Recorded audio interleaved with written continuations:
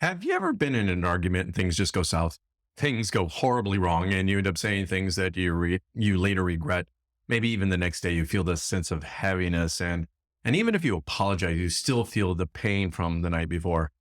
Can you relate to that? Me too.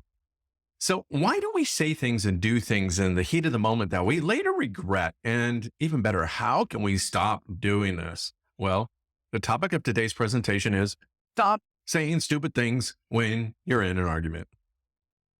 The first thing, let me introduce you to a concept called negative sentiment override. Negative sentiment override is like wearing a pair of discolored or distorted glasses, and it filters out all of the positive and it magnifies the negative. So, for example, like if you were wearing blue tinted glasses and I held up a lemon and I asked you what color it was, you would say green. Even though that the lemon is yellow, your perception is altered, and you might even defend your point and double down on the fact that the lemon is green. Your brain is influenced by the blue tinted glasses. It's not your fault. It's simply your brain looking at things in a distorted view. And when we're under the influence of negative sentiment override, our perceptions of our partners, their attentions, and their actions become significantly biased. Even actions that would normally perceived as positive or neutral can be twisted into something negative or even hostile. Let's consider this example. Let's say your partner forgets to refill the coffee pot, and in a neutral positive sentiment state, you might easily shrug it off as a mistake, knowing that your partner usually does remember. You might even find it a little enduring, sort of like a testament to their charming scatterbrain nature. But under this influence of the negative sentiment override, that same action can act as negligence or disregard, and it can become a clear sign that they don't care about you and your needs, and it drastically shifts your perception. So it's important to understand that negative sentiment override doesn't happen overnight. It's often the result of unresolved conflicts, build up resentments, and dissatisfaction in the relationship. Over time, these negative feelings start to pile up and they build this reservoir of negativity that influences how we interpret our partner's actions. The more negativity that accumulates, the more likely we are to slip into that negative sentiment override. Now, why is this dangerous? Because negative sentiment override lays the groundwork for what John Gottman calls the four horsemen of the apocalypse: criticism, contempt, defensiveness, and stonewalling. These destructive behaviors further erode the relationship and our satisfaction and stability. In a negative sentiment override state, a simple forgetful act might lead to you criticizing your partner harshly, and that fosters a hostile environment. You might harbor contempt and nurse feelings of disdain and superiority.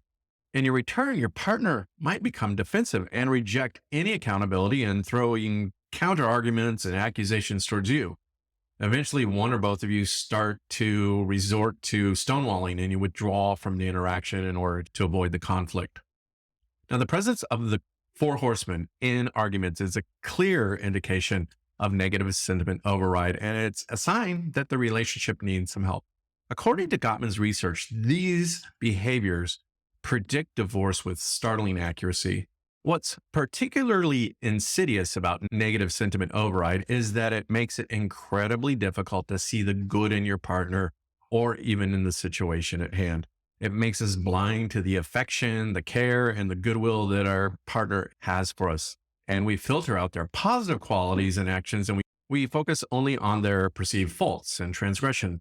In a sense, negative sentiment override puts us on a destructive path where we lose sight of why we love our partner in the first place.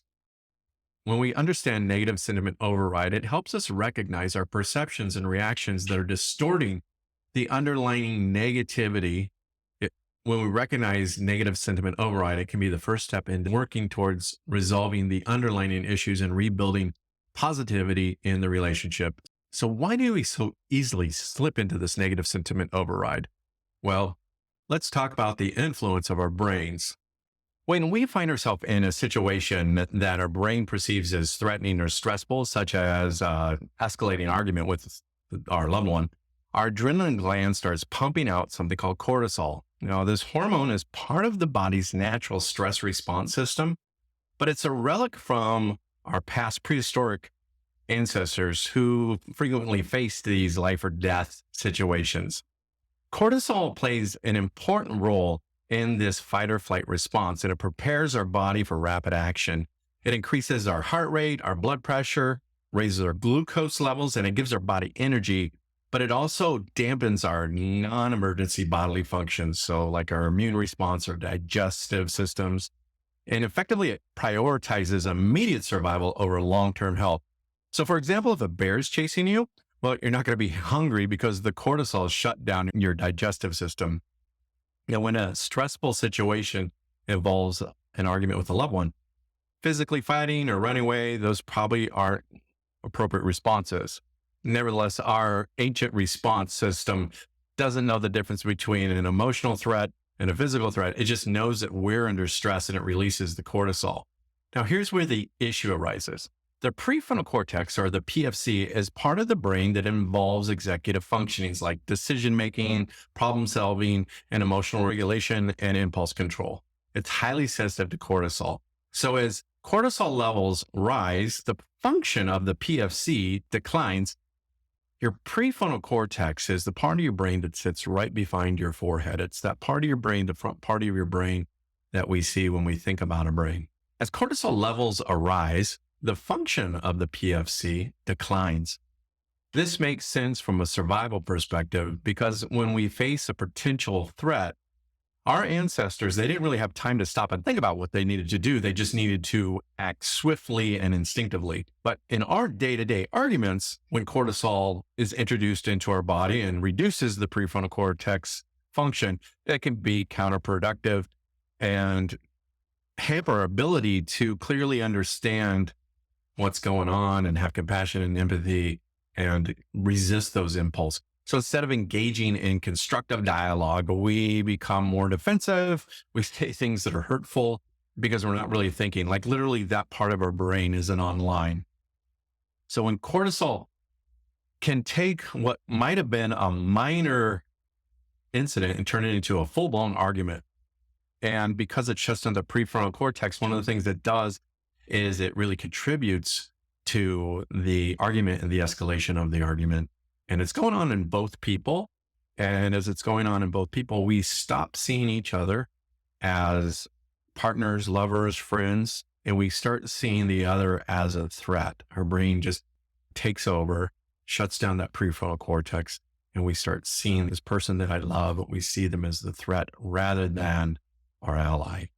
So if you've ever found yourself thinking like, oh, why did I say that? Or I didn't mean to yell after an argument, you can bet the cortisol was playing a significant part. So we need to remember that our biology can push us towards certain actions, but if we understand them, we can learn to control and have more constructive responses. So now let's talk about cortisol and its effects after the argument. The after effects of the cortisol may stay in our bodies for quite some time. That's because it hasn't metabolized out of our system. Because when cortisol is released into the bloodstream, it doesn't disappear when stressors disappear. Instead, it gradually metabolizes and clears out of our system over a period of time. And the amount of time for a substance to reduce by half is called a half-life. And for cortisol, this is typically 60 to 90 minutes. So consider what happens when you're in an argument with someone. Your body is responding to the emotional stress and it releases all of that cortisol and you get this flood and wave of cortisol.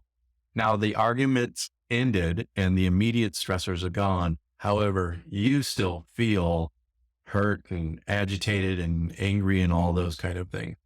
And we might assume that we should be able to just return to a state of calm, but because of cortisol's half-life, it can take several hours for cortisol to decrease enough for our body to return to a relaxed and whole state.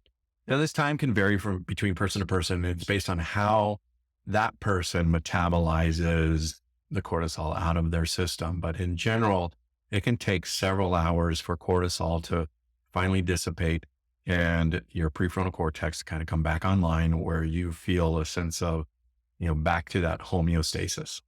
So even though the argument's ended, you are still feeling that sense of hurt and anger and frustration. And it might actually take even a couple days before you start to feel normal again. And maybe you've even had a big argument and the next day you have this sense of heaviness. That's what we refer to as a cortisol hangover. It's a delayed return to the relaxed state. It's very similar to alcohol. But alcohol hangover, where the effects are felt the next morning after drinking, cortisol hangovers can leave you feeling off balance and irritable and emotionally sensitive way after the argument's passed. It's also why making up and apologizing immediately after an argument doesn't instantly resolve the hurt feelings. Even though you may logically understand that you both express regret and want to move forward, your body is still operating on high alert. And this heightened emotion, this hypersensitivity can persist and make it really difficult to let go of the conflict and embrace the resolution. But if we can understand the biological process, it can be a powerful tool and help us realize that this prolonged stress response isn't a sign of personal failure or indicate that the argument was more damaging than we thought. It's simply just our bodies working through the process of metabolizing the cortisol. When we recognize that this is what's going on, we can take a step back and realize, okay, I'm just feeling the cortisol. I'm feeling the after effects of this cortisol hangover. It's going to pass. I just need to wait for it to metabolize out of my system. And then we'll get back online and we'll get back into having that normal relationship. So how do we stop saying stupid things in the heat of the moment? Well, let's talk a little bit deeper about some steps that we can do to help prevent saying stupid things and reduce the lingering pain afterward. The first thing we can do is we have to recognize the negative sentiment override. And as I talked about earlier, the negative sentiment override can really cloud our perception and intensify our reactions. So the first step towards change is just recognizing when this negative sentiment override starts to play. Ask yourself, am I reacting and responding to the situation at hand, or am I reacting to past conflicts and unresolved issues? Are these things influencing me? Now, if we can acknowledge the influences of the negative sentiment override, can help us pause and reassess the situation and the reaction.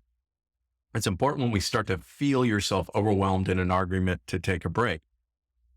It's difficult because our brains want resolution, but when we take a break, when we take some time to cool down and express to our partner that we're feeling particularly sensitive, it gives us the opportunity to allow the cortisol and the negative sentiment override to process through our bodies. So this awareness alone can decrease the sensitivity and the intensity of our responses and really pave a way for a more productive dialogue. The other thing we need to do is we need to learn to manage our cortisol levels. So when conflict arises and cortisol spikes, we need to learn some techniques to keep that stress hormone in check so that we can ensure that our prefrontal cortex can operate effectively. So if you're taking a break from your argument, you can stop and you can do some of these things that are like stress management techniques. So deep breathing exercises that can slow your heart rate and help you counteract the physiological arousals. Mindfulness and meditation can help you stay present and avoid spiraling into those negative thought patterns. Things like taking a brisk walk or doing some physical exercise, these can help your brain start to metabolize the cortisol faster through your body. But the thing is, you've got to practice these things on a regular basis so that when you find yourself in that moment where the argument is starting to go south, rather than going into the prefrontal cortex overload, you're able to take a pause. When we try to resolve issues when we're in a state of high stress and the cortisol impairing our prefrontal cortex, it's likely going to lead to more impulsive and regrettable actions. So when we take a break for at least an hour or more, it allows our body to metabolize the chemicals, those neurochemicals, the cortisol, the adrenaline out of our bodies and bring our prefrontal cortex back online. This can help us regain control and approach the situation more accurately, more empathetically. Just make sure your communication with your partner is about taking a break, and then we're going to talk about this topic later at a different point. Now, another thing that's really important too Cultivate is what it's called positive sentiment override. Gottman's research has found that cultivating this positive sentiment override can act as a buffer against the negative sentiment override in conflict. In relationships where positive sentiments are often expressed, partners tend to give each other more of the benefit of the doubt, and we tend to interpret each other's actions more positively. It's basically assuming positive intent on your partner's behalf. So, striving to foster positivity regularly in your relationship, building a culture of gratitude and appreciation, spending quality time together, affection. This starts building the positive interactions and builds a reservoir of positivity that can help you keep that negative sentiment override at bay. Now, each of these steps requires effort and practice, but the payoff is really significant. It helps us have healthier, happier relationships with fewer regrettable incidents during conflict. It's all about understanding our body's natural response to stress and learning to navigate through this effectively.